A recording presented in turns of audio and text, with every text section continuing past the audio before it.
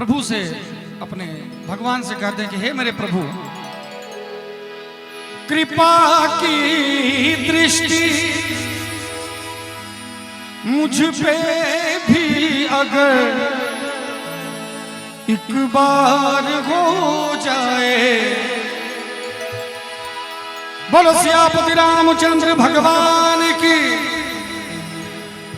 कृपा की दृष्टि मुझ पे भी अगर एक बार हो जाए, तो इस संसार सागर से, तो इस संसार सागर से मेरा उद्धार हो जाए। तो इस संसार सागर से मेरा उद्धार हो जाए। कृपा की दृष्टि मुझ पे भी अगर एक बार हो जाए, कृपा की दृष्टि मुझ पे भी अगर एक बार हो जाए, तो इस संसार सागर से, तो इस संसार सागर से मेरा उद्धार हो जाए। तो इस संसार सागर से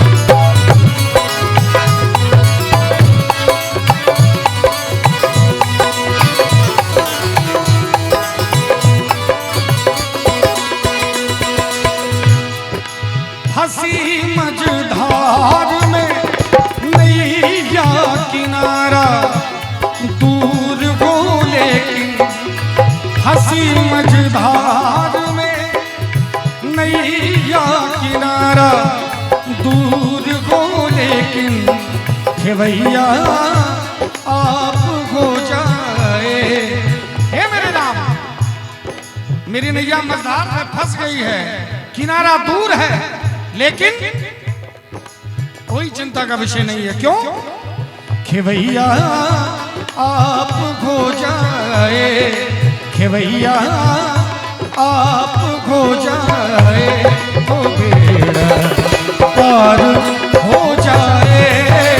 खेवैया आप हो जाए, तो बेड़ा पार हो जाए। कृपा की दृष्टि मुझ पे भी अगर एक बार हो जाए, कृपा की दृष्टि मुझ पे भी अगर एक बार हो जाए, तो इस संसार सागर से, तो इस संसार सागर से मेरा उद्धार हो जाए। तो इस संसार सागर से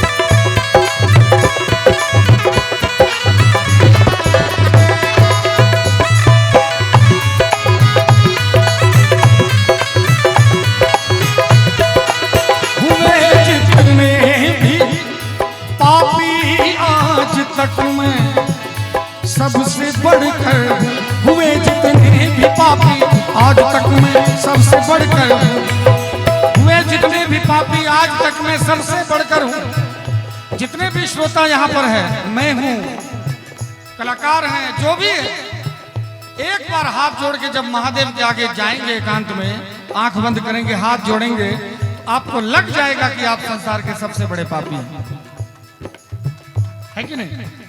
एक बार हाथ जोड़िए एकांत में प्रभु के आगे, आपको लग जाएगा ये कोई गलत बात नहीं है। इसीलिए आइए अपने महादेव से कहें और अपने भगवान के आगे स्वीकार करें, हे मेरे प्रभु, सिर्फ कहने कहानी की बात ना हो, ये बात दिल की हो।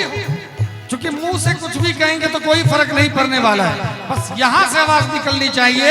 अगर मुंह से कहने से ही भगवान कृपा करते तो बहुत लोगों के पास तो भगवान ने जुबान भी नहीं दिया है, तो वो कैसे कहेंगे भगवान से? तो क्या उनका उद्धार नहीं होगा? होगा, क्योंकि बात यहाँ की है। बहुत लोगों को आंखें नहीं है, वो भगवान को देख नहीं सकते, महादेव की पूजा नहीं कर सकते, क्योंकि उनके पास हाथ नहीं है। तो क्या उनका उद्धार नहीं होगा? होगा। क्यों? क्योंकि सारा बात मन का है, आत्मा का है। जिस समय हमारी आत्मा महादेव के चरणों में लग जाएगा, फिर किसी आंख, कान, हाथ, पैर की जरूरत नहीं है। इसीलिए आइए अपने महादेव से कहें कि हे मेरे महादेव, हे मेरे राम, हुए जितने भी पापी आज तक में सबसे बढ़कर हुए जितने भी पापी आज तक में सबसे बढ़कर हूँ। मेरा भी फैसला सरकार, मेरा भी फैसला सरकार, कुछ एक बार हो जाए, मेरा भी फैसला सरकार, कुछ एक बार हो जाए। कृपा की दृष्टि मुझ पे भी अगर एक बार हो जाए, कृपा की दृष्टि मुझ पे भी अगर एक बार हो जाए, तो इस संसार सागर से, तो इस संसार सागर से मेरा उद्धार हो जाए, तो इस संसार सागर से। मुझे बहुत खुशी हो रही है आज। इस गांव में मैं गजल गाने के लिए भी आया, लेकिन इतनी भीड़ नहीं थी, इतनी श्रद्धा नहीं थी। लेकिन जब भगवान को भजने की बारी है तो पूरा महफिल सजा हुआ है, पूरा प्रांगण श्रोताओं से भरा हुआ है। तो ये अगर श्रद्धा आपके अंदर है, इसीलिए बिरहा गांव का नाम अभी बिहार के सर्वप्रथम गांव के नाम में जाना जाता है, किसी न किसी रूप में। कोई कहते हैं होली सबसे अच्छा होता है, कोई कहता है बहुत सारी बातें हैं जो आप उस में आगे हैं, आपको लोग सम्मान के साथ देखते हैं बिरहा गांव को। इसीलिए आप भगवान के प्रति बड़ा स्नेह रखते हैं। और अभी भी जो लोग घर में बैठे हुए हैं या जो इधर उधर घूम रहे हैं, उनसे मैं दो लाइन कहना चाहूंगा, एक मशवरा देना चाहूंगा। क्योंकि आज मैं भजन गाने के लिए आया हूं, आज तो सलाह मशवरा देता ही रहूंगा। एक बड़ा सुंदर मशवरा देना चाहूंगा, जरा शब्दों पे ध्यान दीजिएगा। एक नेक मशवरा है मेरा, एक नेक मशवरा, एक नेक मशवरा है मेरा, मान लीजिए। एक नेक मशवरा है मेरा, मान लीजिए। दुनिया है 4 दिन की से, दुनिया है 4 दिन की से, जान लीजिए। दुनिया है 4 दिन की से, जान लीजिए। एक नेक मशवरा है मेरा, एक नेक मशवरा है मेरा, मान लीजिए। दुनिया है 4 दिन की से, दुनिया है 4 दिन की से, जान लीजिए। दुनिया है 4 दिन की से, जान लीजिए। दुनिया है 4 हमारे गुरुजी ने लिखा कि जो कली शाम को मैं शाख पे हंसते देखा, जो कली शाम को मैं शाख पे हंसते देखा, क्या पता सुबह को वो फूल बन खिले न खिले।